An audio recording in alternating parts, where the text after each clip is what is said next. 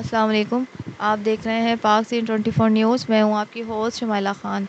सक्खर से रिपोर्ट कर रहे हैं मोहम्मद लतीफ़ मुग़ल। राजपूत बंधानी वेलफेयर एसोसिएशन की जानिब से ख़ुद रोज़गार स्कीम के तहत 40 से ज़ायद मुस्तहिक़ मर्द ख़वातीन को मुख्तलिफ़ इक़साम के छोटे कारोबार करने के लिए 45 लाख रुपए से ज़ायद रकम मालियात के ऑटो लोडर रिक्शे और दीगर सामान तक़सीम की तक़रीब मुनक़्क़िद हुई।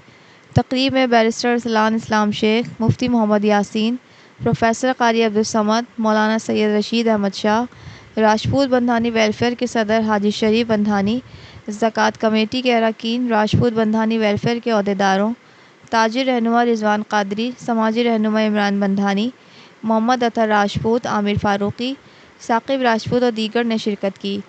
तक़रीब में कुरानंदाज़ी के ज़रिए 45 लाख रुपए से ज़ायद रकम से 40 से ज़ायद मुस्तहिक़ मर्द और ख़वातीन में छोटे पैमाने पर कारोबार समेत 10 मुस्तहिक़ अफराद में रक्शे, लोडर, ख़वातीन को सिलाई मशीन और वॉशिंग मशीन तक़सीम की गई।